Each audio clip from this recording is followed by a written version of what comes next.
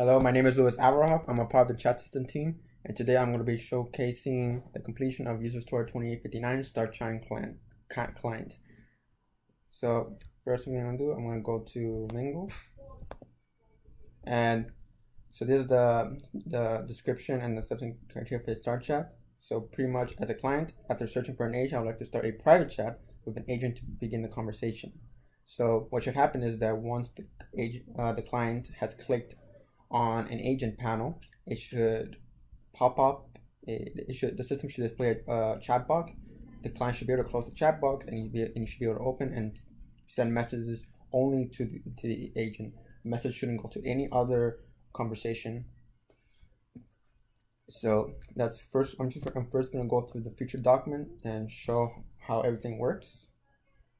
So this is the use case, the description, exception, criteria that I talked about. So the first one we're going to talk about is the use case diagram. So pretty much the way I did it is that I felt the need to separate everything into two boxes. So here we have the BreazeHome system, and then in this first box we have the BreazeHome desktop, so that's the front end, and then we have the BreazeHome chat, which is the chat backend, and I want to show how each of them interact. So we have two main actors, the client and the agent. So you can clearly see here the agent for them to connect to a private channel, because that's the whole point of this. They can only the only thing they could do is log in, and if they have unread messages, they will be directly connected to the private channel. Else, once they log in, if they don't have unread messages, then it means they've read all the unread messages and they're just going to connect to their user channel. I'll explain what a user channel is soon. Else, if you're a client, you have the option of going to the agent search page and then connecting to a private channel. And then once you connect to that private channel, the chat box will open. It would load all the messages, render them on the chat box. And likewise, if the client does have unread messages, they will also be going to log in, and they will be connected to a private channel immediately. And that is how everything works. So I have some use cases such as start private chat. So this is the use case when the client goes to the agent search page and tries to connect to one of the agents. And the next use case I made was load all messages in private chat. So when you connect to the private chat, it should only load messages for that private chat. Meaning, because in the previous BreazeHome implementation, all we had was a global chat, and it would load every single message that everyone had ever sent. So that is no good for this. So I want to make sure that when a client logs into their private chat, it will only load messages that they sent, not messages that other client and agent sent. So now I'm going to go more in detail of how everything works. So this is the use case diagram. So once again, we have two actors, client and agent. So once both of them are logged in, they will both follow the same sequence of events. They will log in, connect to their user channel. We would validate by their user ID. So let me just briefly talk about what user channel is. So user channel is basically the user's own lobby, meaning if let's say a user with a user with ID 3 logs in, they will be connected to the user channel 3, and no one else can log into that channel. It's only specific for that user with that ID. And the reason for this is because this is to handle unread messages, and this unread message use story is being handled by Tariq. And also, if you can see here that we have this alternative event that I've boxed in with name alt. That's right, for alternative event. If the unread message is greater than 1, then we automatically connect into the private channel, and we display the chat box back to the client and the agent. The only difference here is, once again, it's when the client doesn't have any unread messages and he wants to continue to talk with the same agent or maybe a different agent. And let me briefly mention that so far the system can only handle one-to-one conversation for both client and agent. So a client can only be talking to one agent at once, and an agent can only be talking to one client at once. If there's multiple agents well, for sure, clients can only talk to one agent at a time. That is handled. But what's not handled so far, and that's probably for another sprint, we do have it for another sprint, is that can the agent cannot talk to multiple clients at once. So and that of course, like I said, it's gonna be handled in a different user story, in a user story in a different sprint. So as I was saying, if a client doesn't have unread messages, he would go to the agent search page, click on the agent panel, start the private chat. We would validate the user ID. So notice in the private chat we have three that I'm going to enlarge it because you can't pretty much see it.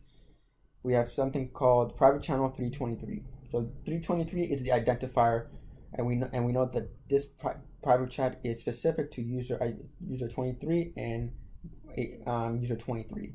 So only those two people can connect to this private channel. Anyone else will get an unauthorized message. So that, in a nutshell, is how everything works. And I have this class diagram. It's more simple. It's really simplified compared to the sequence diagram and the use case diagram, mainly because these were the only two classes that I felt that really were really being used here. As you can see, we have like chat service, chat server. Login doesn't really have a controller. And oh yeah, chat server search agent, which uses the agent search controller, and it pretty much repeats for the agent as well. I didn't include the server here because the server is not really a class, so I can't really include that here. And then I had some unit tests that I made, which reflects the use cases that I made, and they all passed successfully. And here's a little image, and you can see here. Let me enlarge because it's really difficult to see. So this is a private chat that there's a private chat with an agent and client. So you can see that they both match up, and that means the message are going correctly to their location, and they're able to start a private chat with each other. Reset it. So that's the entire feature document. So now I'm going to do a little demo.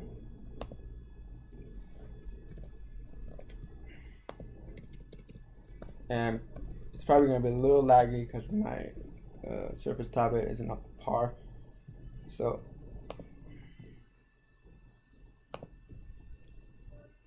bear with me a little bit. So I'm also going to, I guess since I've shown the feature document, I'm going to show the code that handles it all. So, and you can see here, we get reply private 39. That was from the previous attempt. So this is not recent. So if we go to Breeze Chat, the main class we want to look at is in web and channels, private channel.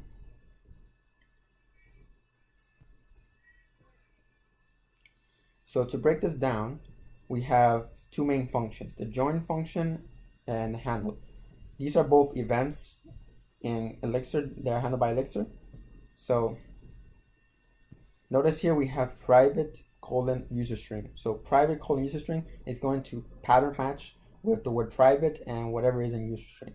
So if we have private 323 and in the socket we have user with ID 23 or user 3, and for that matter, it would validate correctly. Else we will get an error unauthorized.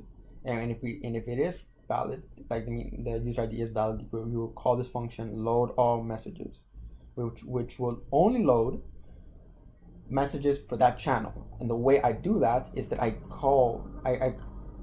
since I know that every room name starts with private, I take the word private out and I make a query that says m.room is equal to room. So I only get messages from rooms that these users are in, and then I send those messages back. And then I have this message to handle new messages where I modify the information they send me, and I add a couple of information to make sure that I'm able to load only messages related to that user, to that private channel. So I have this function called modify params, which if I go here,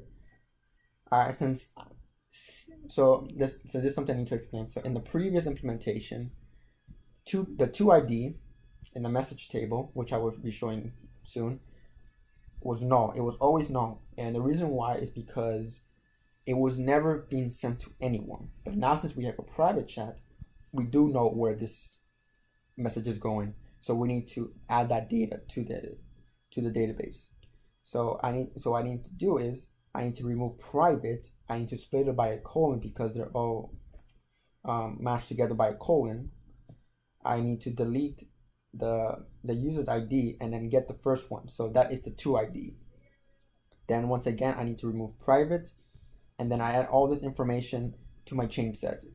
A change set is basically changes that need to be made to the database, in this case the user table. And if the change set is valid, meaning I was able to insert it to the database, then I check if I have a message. If I do have a message, then I save that message and I broadcast not only the text but also the image. And if not, then I get an error. So that is pretty much that class. And hold on, because my VM just froze. Should unfreeze in about 5 seconds. Come on. Hopefully it doesn't freeze every single time.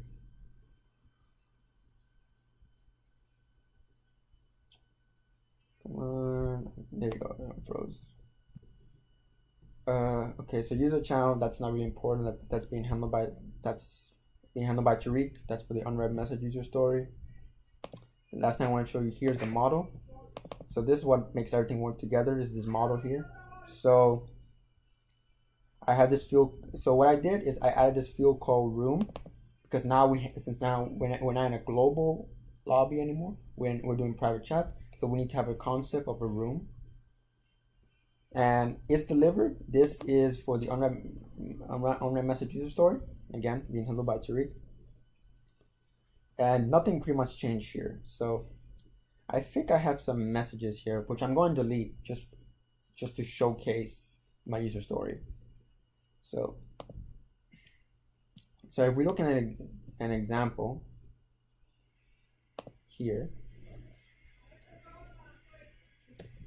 so here is messages sent. So notice we have room 3939393939. These are the same rooms, and it's very important that the numbers are in ascending order. And the reason why is because in the private channel module, we do a comparison saying if m.room is equal to room, and if these are not in ascending order, then I wouldn't get there would be messages that I would miss, because the reason why is because these are strings. So 3:9 is not the same as 9:3 when they're strings. So I need to make sure that when I send the name of the room, I have to sort it, which I do in the client side. And I have is delivered false, false, false. So that means they haven't read this message yet. So once they log in, once the agent logged in, or the client log in, but I'm only going to be showcasing for the agent, they would the chat button should appear right here. Let me move this a little bit. Should appear down here. And notice I have from user ID to user ID. So notice 93939393, which matches up with this, and then at the bottom we have 39. So that means the agent was the one to send this goodbye. And then more from the client 93, and then again agent 39. So everything. So this is how a message entry would look like in the database. So let me delete those messages, and this is just for showcasing purposes. Delete from you. So now, if you see, we have no messages. Okay, so last thing I want to look at. So now I want to look at the front end side, primarily we want to look at the agent search controller,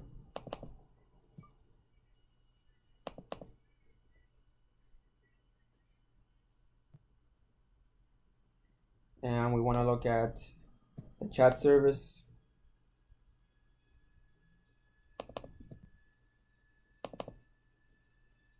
and I guess if you want to, we can look at the chat box.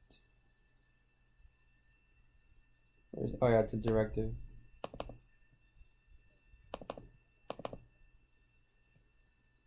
So really the directive is so the function in the directive that I'm primarily worried about is the scope of the message, and also the that's it. It's in the other one I'm worried about is in the chat.js, which is load older messages. This will load messages from the room that they're in. Okay, so and I guess the last thing then I guess is the views, which I'm only going to show one because the other one's pretty much the exact same, which these views are handled by the async search controller, by the way. So this is the function start private chat, and we have the agent ID to here. So once they click on this panel body, it will call this function, and it will supply this agent ID inside this function. Well, it wouldn't supply it, but inside this function we will grab it because we have access to this ID. So assuming that a client has searched for an agent and they clicked on one of them, it will call this function start private chat. We will get the agent, the user ID.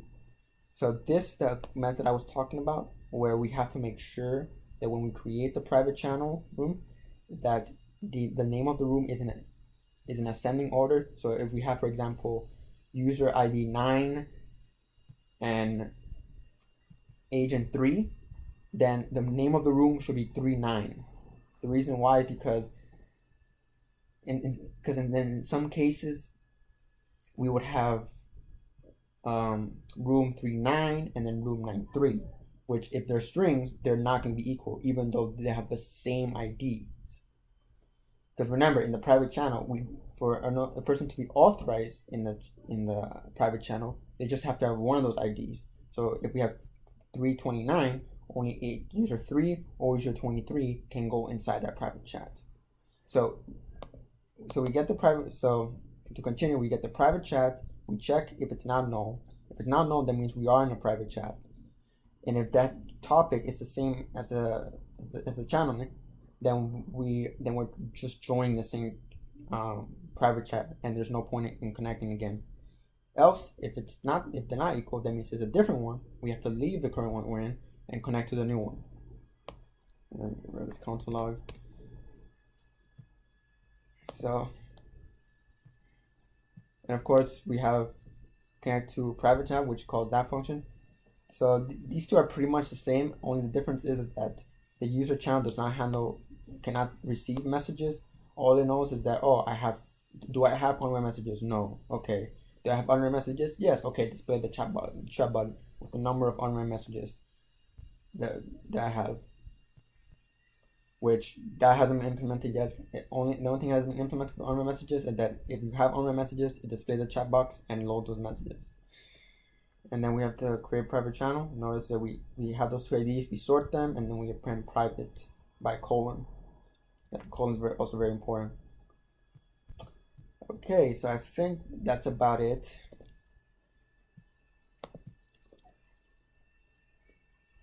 Now, I guess we can demo it.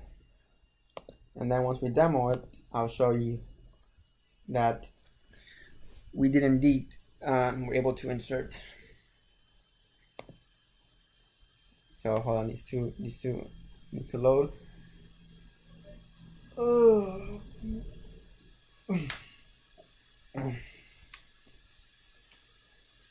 Alright, so on the left hand side it's going to be a client, and on the right hand side of this one we're going to have an agent. So let's log in. Test bot 2 mail.com.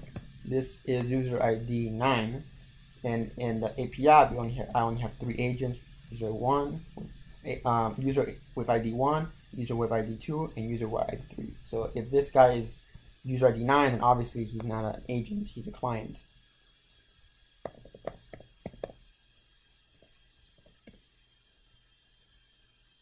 So we're in, and notice we don't have a chat button here. That's because there's no messages.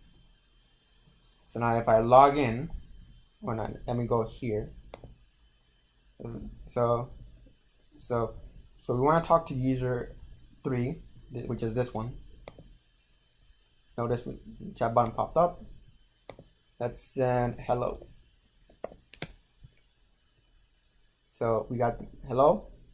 So now if user agent comes in, test bot 1 mail.com. Oh, I guess before I do that, I can go here. See, now this is another private channel, and if I go here, let me actually display it to you because this is pretty important. So now if I click here, it was 1.9. Now we have 2.9. And if I go here, now it's 3.9, and it shows the message. So both two use cases are working. Just about, well, I haven't validated this one yet. So let me go here, log in, test bot 1. Now notice the chat button popped up and it says hello. And notice the same one again, 3.9, because it's user 3 and user 9. So now if I send a message from here, hold on, yeah, it takes a while. Yeah, it takes a while to load. So if I go to another one, yeah, see it loads. See, that problem right there, sometimes it happens, sometimes it not. So that's maybe an issue later on that needs to be dealt with, but all the messages go to the correct location. So like if I go to the database, once again we can see these messages. If I select, there you go, 3.9 hello and 3.9. So notice they're the exact same room, but from is 9 and 2 is 3, and from is 3 and 2 is 9, which makes sense because these were the one user 9 was the one that sent us hello, and user 3 was the one that received it, and user 3 was the one that sent DSF, and it was the one, and user 9 was the one that received DSF. So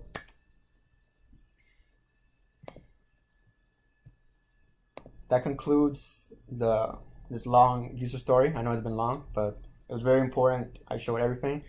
This is my contacts. This is Sajadi's contacts. If you have any question about BreazeHome, thank you for watching and listening. Have a good day.